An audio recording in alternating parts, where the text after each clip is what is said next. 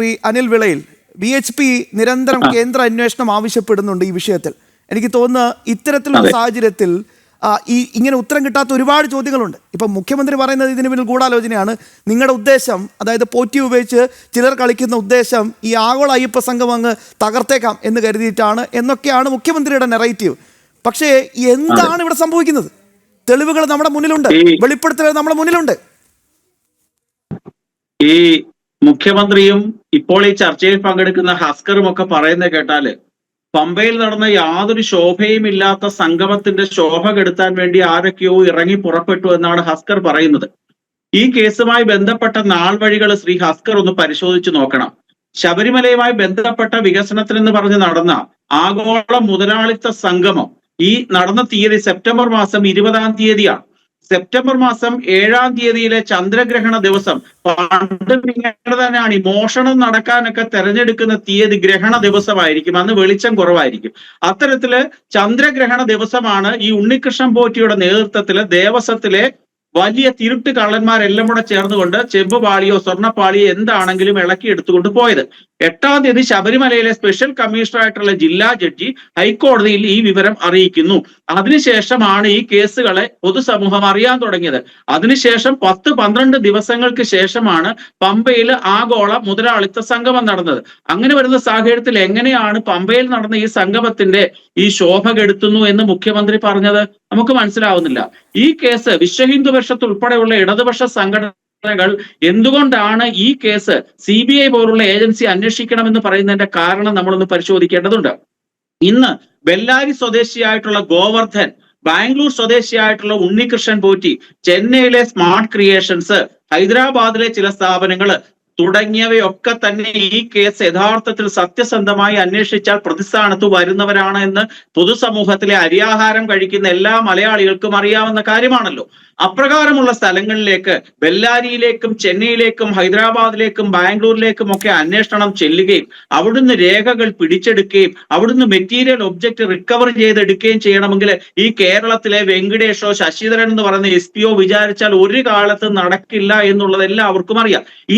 ഈ കേസിന്റെ നാൾ വഴികൾ പരിശോധിക്കുമ്പോൾ പണ്ട് കാലത്തൊക്കെയുള്ള മോഷണത്തിൽ നിന്ന് വളരെ വ്യത്യസ്തമാണ്. ഇതൊരു പ്രൊഫഷണൽ ആയിട്ടുള്ള കള്ളത്തരമാണ്, പ്രൊഫഷണൽ ആയിട്ടുള്ള മോഷണമാണ് എന്ന് ഈ കേസിന്റെ നാൾ വഴികളും ഈ കേസിന്റെ സ്വഭാവവും പരിശോധിക്കുന്ന ശ്രീ ഹസ്കർ, അദ്ദേഹം ഒരു അഡ്വക്കേറ്റ് ആണ്. അദ്ദേഹത്തിന് മനസ്സിലാക്കും. അദ്ദേഹം വെറുതെ ഇരുന്ന് മെഴുകുകയാണ് ഇങ്ങനെ പറഞ്ഞ്.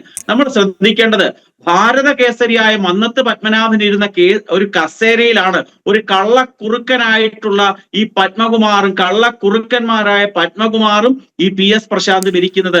അത്രമാത്രം ചിന്തിക്കുമ്പോൾ തന്നെ ഈ ദേവസ്വം ബോർഡ് എത്രമാത്രം നാറി എന്ന് മനസ്സിലാക്കാൻ സാധിക്കുമല്ലോ. ഒരിക്കൽ കൂടി ഞാൻ പറയുകയാണ്, ഭാരത കേസരി ഇരുന്ന കസേരയില് ഈ കുറുക്കന്മാർ ഇനിയുള്ള കുറുക്കന്മാർ വന്നിരിക്കുന്നതിന് മുമ്പ് അതൊന്ന് ശുദ്ധി കലശം ചെയ്യേണ്ട ഒരു നാൾ വഴി കൂടെ വരാൻ പോകുന്നുണ്ട്. ഞാൻ ഇനി താങ്കളുടെ ചോദ്യത്തിലേക്ക് ഒരൊറ്റ കാര്യം കൂടെ ആഡ് ഓൺ ചെയ്തിട്ട് ഞാൻ അങ്ങേക്ക് പൂർത്തീകരിക്കാം ആ പോയിന്റ്. ഇതിൽ ഏറ്റവും പ്രധാനപ്പെട്ട കാര്യം എനിക്ക് തോന്നുന്നത്, ഇപ്പം മുഖ്യമന്ത്രി ഗൂഢാലോചന എന്ന് സംശയിക്കുന്ന പ്രതിസ്ഥാനത്ത് മുഖ്യമന്ത്രി തന്നെ നിശ്ചയിച്ച ഈ ഉണ്ണികൃഷ്ണൻ പോറ്റി, ഈ പോറ്റിയുടെ അടുത്ത് പോയിട്ട് ഇങ്ങനെ കാതിൽ സ്വകാര്യം പറയുന്ന ചിത്രങ്ങൾ ഇതാ ജനം TV അടക്കം പുറത്തുവിട്ടതാ. നമ്മൾ കോഴിക്കോട് കണ്ടതാണ്. ഒരു പാവപ്പെട്ട ഒരു SFIയുടെ ഒരു പയ്യൻ ഇദ്ദേഹത്തിന് അടുത്ത് വന്നിട്ട് ഒരു സെൽഫി എടുക്കാൻ ശ്രമിച്ചപ്പോൾ മാറട അങ്ങോട്ട് എന്ന് പറഞ്ഞ ആളാണ് ഇങ്ങനെ അടുത്ത് വന്നിട്ട് ഇങ്ങനെ സ്വകാര്യം പറയുന്നത്.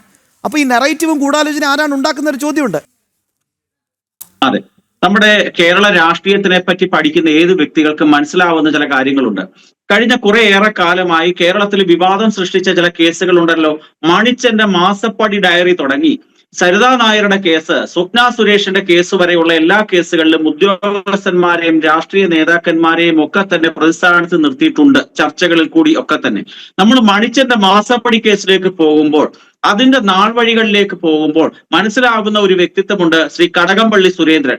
അന്നത്തെ കേരളത്തിന്റെ മുഖ്യമന്ത്രിയായിരുന്ന AK ആന്റണി നിയമസഭയുടെ മുമ്പാകെ വെച്ച ഒരു രേഖ അനുസരിച്ച് ഈ മാസപ്പടി, ഈ മണിച്ചൻ എന്ന് പറയുന്ന ആ അബ്കാരി മുതലാളിയിൽ നിന്ന് ആൾക്കാരെ കൂട്ടക്കൊല ചെയ്ത ആ ക്രിമിനലിൽ നിന്ന് ഏറ്റവും കൂടുതൽ മാസപ്പടി വാങ്ങിയിരുന്ന ഒരു വ്യക്തിയായിരുന്നു ഈ കടകംപള്ളി സുരേന്ദ്രൻ.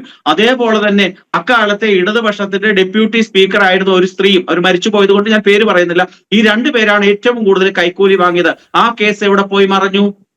സ്വപ്ന സുരേഷിന്റെ കേസിന്റെ നിലവിലുള്ള അവസ്ഥ എന്താണ്? ഒരു ശിവശങ്കർ എന്ന് പറയുന്ന ഒരു ഉദ്യോഗസ്ഥനിലേക്ക് ആ കേസ് അവസാനിപ്പിച്ചു. സോളാർ കേസിന്റെ അവസ്ഥ എന്തായി? അതുകൊണ്ട് തന്നെയാണ് ഞങ്ങൾ പറയുന്നത്, ഇത്തരത്തിലുള്ള കേസുകളുടെ അന്വേഷണത്തിന്റെ നാൾവഴികൾ പരിശോധിച്ച് വരുമ്പോൾ ഈ കേസ് കേരള പോലീസിന് അന്വേഷിക്കാൻ സാധിക്കില്ല. ഞാനിത് പറയാൻ കാര്യം, ഇതൊരു ഓർഗനൈസ്ഡ് കൊള്ളയാണ്, ഇതൊരു പ്രൊഫഷണൽ ആയിട്ടുള്ള കള്ളമാണ്. ഈ നടന്നിരിക്കുന്ന കേസിന്റെ ചരിത്രം പരിശോധിക്കുമ്പോൾ, ഇതുമായി ബന്ധപ്പെട്ട കാര്യങ്ങൾ പരിശോധിക്കുമ്പോൾ മനസ്സിലാക്കാൻ സാധിക്കും. ശ്രീ ഹസ്കർ, അദ്ദേഹം അഡ്വക്കേറ്റ് ആണല്ലോ. ഒരു ക്രിമിനൽ കേസിലെ ഏറ്റവും ബേസിക് ആയ ഡോക്യുമെന്റ് എന്ന് പറയുന്നത് ഒരു മഹസറാണ്. ഈ കേസിൽ ചെന്നൈയിലേക്ക് ചെമ്പോ സ്വർണമോ കൊണ്ടുപോയി തിരിച്ചു വന്നു. അപ്പോൾ ഒരു സ്പോട്ട് മഹസർ തയ്യാറാക്കി. ആ സ്പോട്ട് മഹസറിനകത്ത് ഒപ്പുവെച്ചിരിക്കുന്ന ആരാണ്? നമ്മുടെ തെളിവ് നിയമം അനുസരിച്ച് ഒരു മഹസറിനകത്ത് ഒപ്പിടേണ്ട പ്രധാനപ്പെട്ട സാക്ഷികൾ എന്ന് പറയുന്നത് വ്യക്തിത്വമുള്ളവരായിരിക്കണം, കളങ്കിതരാവരുത്, വിശ്വസിക്കാൻ ഒക്കുന്നവരായിരിക്കണം സാക്ഷികൾ എന്നാണ് നിയമത്തിലെ ബേസിക് പ്രിൻസിപ്പിൾ. പക്ഷെ ഈ കേസിനകത്തെ മഹസർ പരിശോധിക്കുമ്പോൾ നമുക്ക് കാണാൻ സാധിക്കും, അപ്രകാരമുള്ള വ്യക്തിത്വമില്ലാത്ത കള്ളന്മാരായിട്ടുള്ള വിശ്വസിക്കാൻ ഒക്കാത്ത രണ്ട് വ്യക്തികൾ സാക്ഷികളായി. സാക്ഷികളാകേണ്ട വ്യക്തികൾ സാക്ഷികളാവുകയും ചെയ്തില്ല. അതാരൊക്കെയാണ്? തിരുവാഭരണം കമ്മീഷണർ സാക്ഷിയായില്ല. ഒരു വസ്തു ലോഹമാണോ, സ്വർണമാണോ, ചെമ്പാണോ, എത്ര പവനാണ്, എത്ര തൂക്കമുണ്ട് എന്ന് പറയാൻ ആധികാരികതയുള്ളത് സാധാരണക്കാരായ വ്യക്തികളല്ല. ആരാണ്? അതിനെപ്പറ്റി അഭിപ്രായം പറഞ്ഞ ബ്ലാക്ക് സ്മിത്തോ ഗോൾഡ് സ്മിത്തോ ആയിരിക്കണം. ഗോൾഡ് സ്മിത്ത്, ദേവസ്വം സ്മിത്ത് ഉണ്ട്, അദ്ദേഹം സാക്ഷിയായിട്ടില്ല. തിരുവാഭരണ കമ്മീഷണർ സാക്ഷിയായിട്ടില്ല. അങ്ങനെ വരുമ്പോൾ ഇതൊക്കെ പ്ലാൻ ചെയ്താണ്. ഹരിപ്പാട് ദേവസ്വത്തിലെ കമ്പവിളക്കുമായി ബന്ധപ്പെട്ടൊരു കേസ് ഹരിപ്പാട് മജിസ്ട്രേറ്റ് കോടതി പ്രതികളെ വെറുതെ വിട്ടതിന്റെ കാരണം ഇത്തരത്തിലുള്ള ഒരു മഹസറിൽ നടന്ന കൃത്രിമമാണ്.